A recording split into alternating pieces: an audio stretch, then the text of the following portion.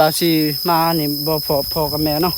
อุ้ยพี่น้องเอ้ยเนาะบาซีก็ไปฮอดอันนี้เที่ยงอันนี้คิดว่าบ่อนสวนอันนั้นว่าพ่อกับแม่เพิ่นสิได้ฮือให้อยู่หั่นเนาะสุดท้ายบ่ทันได้ฮือตอนนี้ก็บาซีมาฮอดเที่ยงแล้วเนาะมาฮอดสวนนี่ฮอดสวนมันเนาะวังยาก็บาซีไปพูนฮอดสวนบ่อนอันนี้โตบาซีกับพ่อกับแม่เนาะทางปีกายปีนี้นี่แหละแต่ว่ายังบ่ทันได้ฮือให้คิดว่าพ่อกับแม่เราไปฮือให้บ่นั้นเนาะก็เลยไปใกล้บ่ได้มาแวะอยู่นี่เนาะไปใกล้มาพี่ฮอดสวนบ่เห็นคนอยู่เนาะบ่มีคนสับก็เลยกลับมาพี่เนาะมาถามลุงตู่วังยาเพิ่นว่าพ่อกับแม่ก็อยู่นี่เนาะเพิ่นมาเสียหญ้าอยู่นี่พี่น้องนี่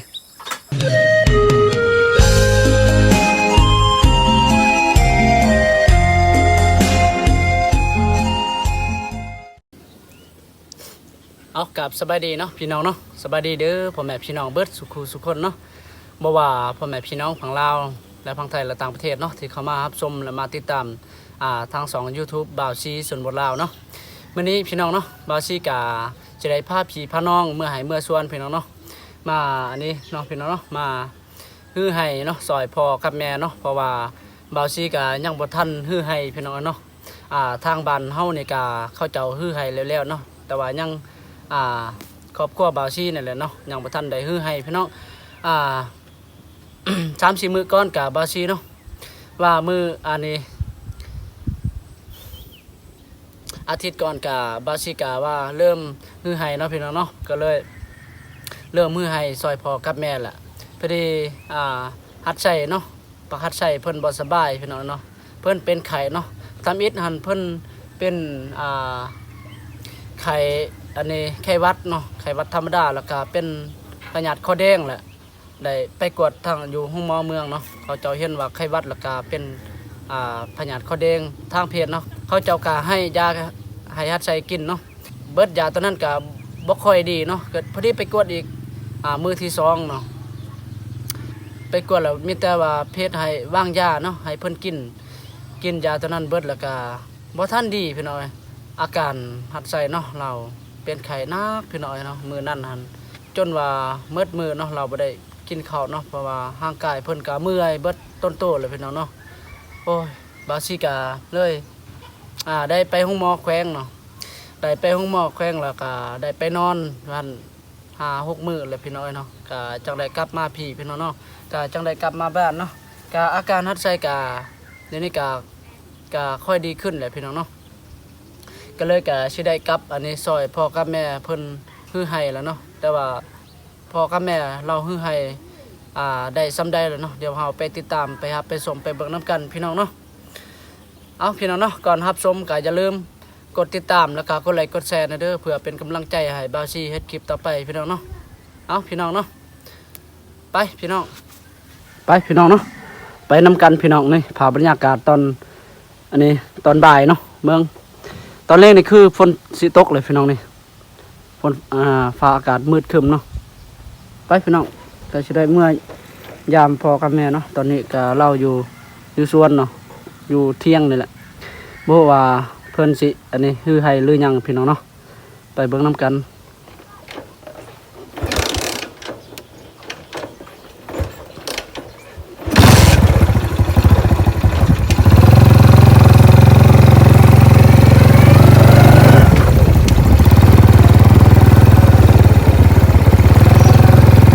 ภาพบรรยากาศที่หลายพี่น้องเนาะนี่เป็นอันนี้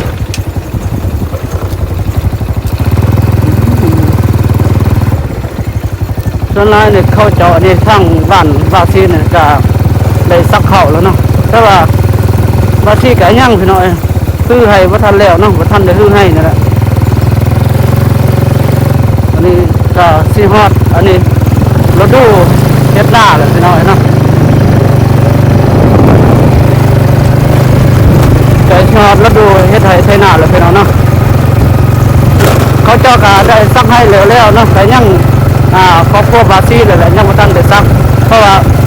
ข้าวยังหลายพี่น้องเนาะ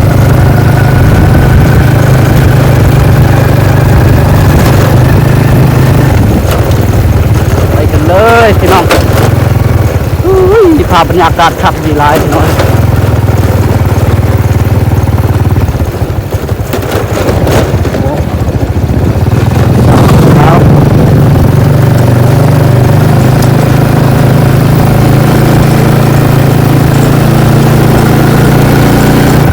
ด้นละพี่น้องเอ้ยเนาะบาวซี่กาบ่ได้อันนี้อัปเดตคลิปให้พี่ให้น้องได้เบิ่ง4-5-6มื้อแล้วพี่น้องเนาะย้อนว่าบาวซี่กาอยู่ห้องหมอเนาะนอนห้องหมอก็เลยบ่ได้ถ่ายคลิปให้พี่ให้น้องได้ทำได้ชมเอามื้อนี้กาจังได้กาไปรับไปชมไปเบิ่งนํกันเด้อพี่น้องเด้อบาวซี่กาสิได้อัปเดตทางอยู่บ้านนอกบ้านนาคือเก่าพี่น้องอัปเดตอาชีพวิถีชีวิตของบาวซี่นี่แหละเนาะแต่ละมื้อแต่ละวันพี่น้องเอ้ยก็คืออาชีพบาวซี่ก็คือเฮ็ดไร่เฮ็ดสวนพี่น้องเนาะเฮ็ดนานี่แหละแล้วก็อันนี้คลิปนี่ก็อันนี้ออกไปหากินนี่แหละเนาะตามวิถีชีวิตของบาวซี่แต่ละมื้อพี่น้อยเนาะอุ้ยบ่ฮู้ว่าเส้นทางเมื่อนะอันนี้เมื่อสวนก็ย่านอันนี้แหละย่านขี้ต้มนี่แหละมันเพราะว่าฝนตก4-5เทื่อแล้วได้หลายเทื่อแล้วมันตกทางบ้านเฮานี่มื้อนี้ก็ย่านนี่ตอนเล่นนี่ฝนสิตกอีกแหละนี่พอดีคันว่าฝนตกก็สิได้ไปกันอันนี้เนาะการกบการเครียดอีกไปเยื่อเครียดนี่แหละเยื่อกบเนาะคือคลิปก่อนนั่นแหละ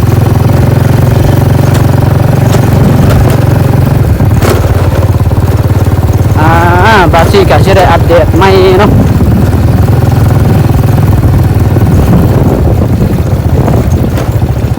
เขาเจ้าเฮ็ดกระตุ้น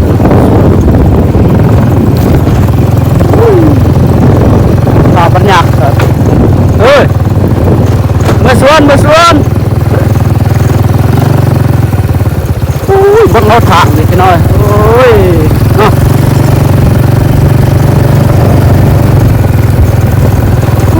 ไก่สีหอนเราดูเฮ็ดให้เทน่าเลยพี่น้องเอ้ยบาซี่ไก่ย่างบ่ทันได้ให้สั่งบ่ทันได้ซักเขาเนาะ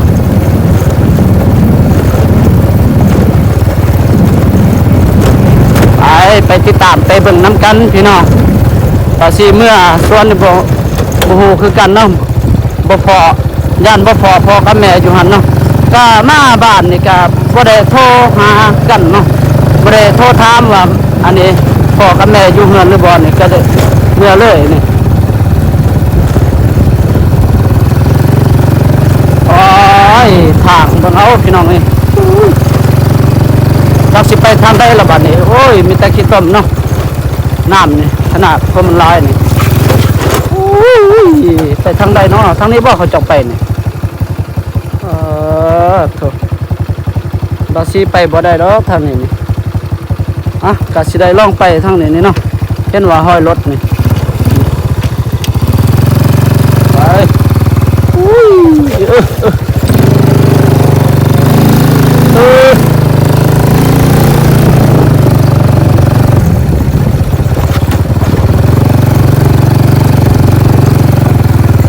้มีทางเว้นเซย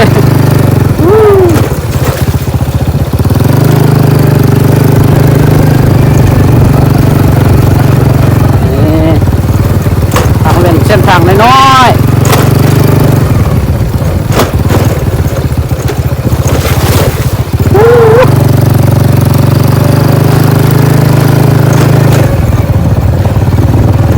พี่น้องเห็นบ่พี่น้องนี่เห็นบ่ส่วนบาวซีพี่น้องนี่เดี๋ยวบาวซีก็ได้ขยายภาพน้องเห็นบ่นี่มองนั่นแหละพี่น้องนี่มองนี่แหละเห็นบ่เนาะจะได้ไปอันนี้เดี๋ยวบาซี่ก็จะได้อัปเดตได้ถ่ายให้พี่น้องได้เบิ่งเนาะไปพี่น้องไปพี่น้องไปเบิ่งน้ำกันพี่น้องเนาะว่าพ่อกับแม่เล่าอันนี้คือให้ได้หลายสำได้แล้วเนาะเดี๋ยวไปเบิ่งน้ำกันพี่น้องบาซี่ก็จะได้อัปเดตให้พี่น้องได้เบิ่งอีกครั้งทางอันนี้บ้านออกบ้านหน้า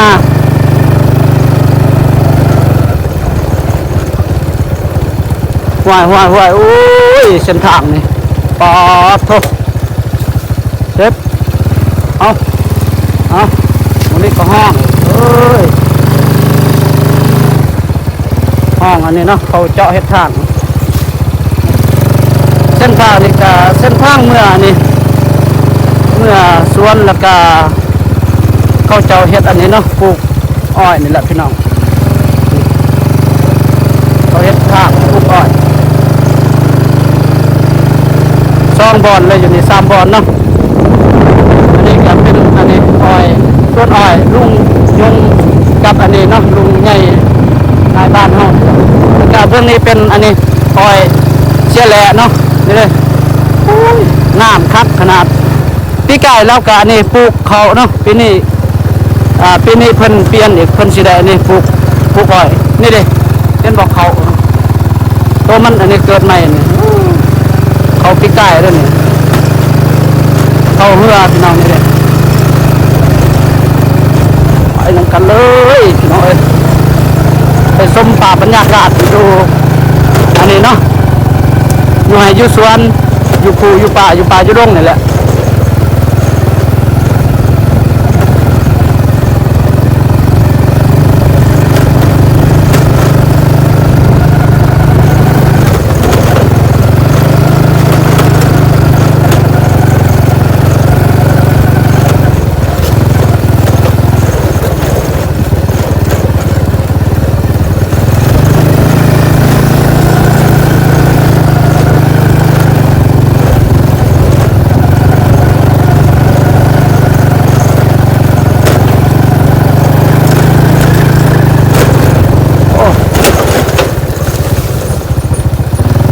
ขี่รถโอ้ลุงตู้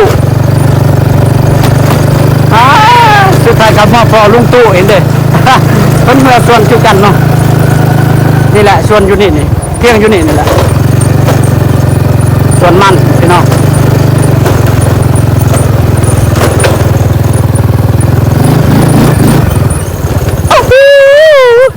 โอ้ยลุงตู้นี่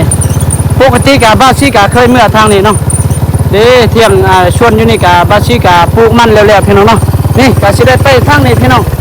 เมื่อสวนอันนี้เนาะโตบาซิกาทางปีนี้นี่แหละสวนเก่าปีกายเบิ่งอุ้ยเส้นทางนี่เบิ่งโอ้พี่น้องเอ้ยนี่โอ้โห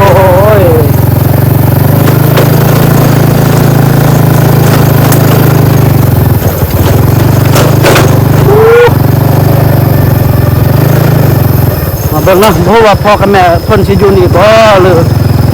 อยู่ เที่ยงบ่อนอันนั้นบ่อนภาษีของมัน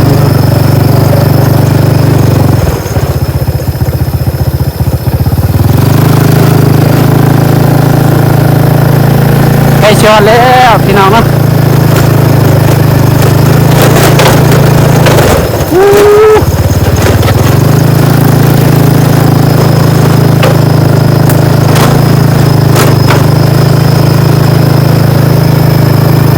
แบบฝนตกเลยพี่น้องเนาะเข้าป่านี่ปุ๊บนี่แบบนี่คือแบบป่าอากาศแบบฝนตกนี่มันอันนี้มืดขึ้นแล้วได้นี่สิได้ขึ้นคอยบ่นี่เอาได้สิได้พ่อกำแลอยู่บ่นี่ก็เห็นมีคนอยู่ครับบ่เห็นเนาะเสร็จบัดนี้ว่าสิไปทางผิดแล้วบัดนี้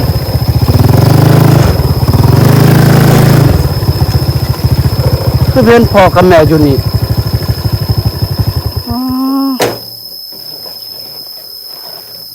ขึ้นบ่ได้พี่น้อยนี่ทางนะมันบ่งามเนาะนี่แหละพี่น้องเนาะนี่บาซิก็มาฮอดแล้วพี่น้องบ่เห็นพ่อกับแม่อยู่นี่เสร็จบัดนี้เพิ่นอยู่ไสละบัดนี้โทษพี่น้องเอ้ยบ่ทันได้ฮือไห้เลยนี่โอ้ยหญ้านี่มันขึ้นหลายเนาะนี่ไม่นี่พกอีกแล้วสิได้เสียหญ้าแล้วพี่น้องเอ้ยโธ่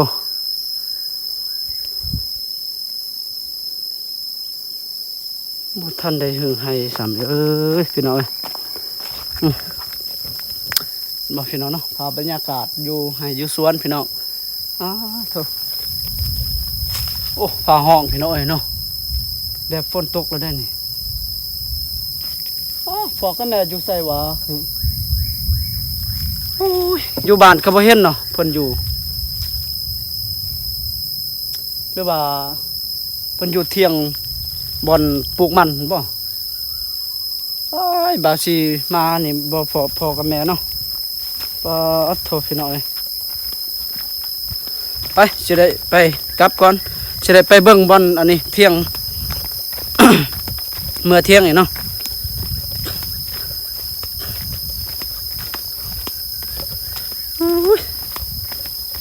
พ่อกับแม่อยู่ใส่เนาะบัดนี้ไปพี่น้องเนาะไปเบิ่งน้ำกันพี่น้องสิได้อันนี้พี่น้องเอ้ยเนาะบาสิกะไปฮอดอันนี้เที่ยงอันนี้คิดว่าบ่อนสวนอันนั้นว่าพ่อกับแม่เพิ่นสิได้ฮือให้อยู่หั่นเนาะสุดท้ายบ่ทันได้ฮือบาสิกะไปทางผิดเลยพี่น้องเอ้ยนี่สุดท้ายก็อยู่สวนมันนี่แหละนี่โอ้ยมันบาสิสูงเลยพี่น้องเนาะงามบ่พี่น้องนี่สิได้เมื่อยามสวนนี่แหละยามมันเนาะสวนมันพี่น้องเอ้ยนี่ด้นแล้วบาสิบ่ได้มายามเนาะ4-5 มื้อแล้วเกือบสิได้เข้าอาทิตย์แล้วนะพ่อกับแม่ฮะกินข้าววะโอ้ยพอดีแหละหิวข้าวนี่สิได้กินข้าวเลยพี่น้องเอ้ยพ่อกับแม่เนาะอยู่2 คนนี่โอ้ภาพบรรยากาศคักดีหลายพี่น้องนี่โถพ่อมันโตอันนี้โตเฮาปลูกมื้อนั้นหั่นเป็นอันนั้นเป็นใบเหรอบ่โอ้เกิดแล้วเนาะคนมันงามเอ้ยมีบ่โตตายโอ้สิได้ดำซ้อนเลยบัดนี้สิได้ปลูกซ้อนโอ้ยกองคือขี้พุ่นเนาะเอาขอบคุณหลายๆเด้อครับพี่น้องตอนนี้กะบาซี่มาฮอดเที่ยงแล้วเนาะมาฮอดสวนนี่ฮอดสวนมันเนาะวังยากะบาซี่ไปพูนฮอดสวนบอนอันนี้โตบาซี่กับพ่อกับแม่เนาะทางปีกายปีนี้นี่แหละแต่ว่ายังบ่ทันได้ฮือให้คิดว่าพ่อกับแม่เราไปฮือให้บ่นั่นเนาะก็เลยไปใกล้บ่ได้มาแวะอยู่นี่เนาะไปใกล้มาพี่ฮอดสวนบ่เห็นคนอยู่เนาะบ่มีคนซ้ำก็เลยกลับมาพี่เนาะมาทำลุงตู่บางยาเพิ่นว่าพ่อกับแม่ก็อยู่นี่เนาะเพิ่นมาเสียหญ้าอยู่นี่พี่น้องนี่เอาพี่น้องเนาะขอบคุณหลายๆเด้อครับพี่น้องที่เข้ามารับชมมาติดตามส่องบ่าวสีชนบทลาวเนาะกะบ่าวสีกะสิได้อัปเดตให้พี่ให้น้องได้รับได้ชมสำนี้ไปก่อนพี่น้องเนาะบ๊ายบายพี่น้องเจอกันคลิปต่อไปเด้อพี่น้องเด้อบ๊ายบายพี่น้อง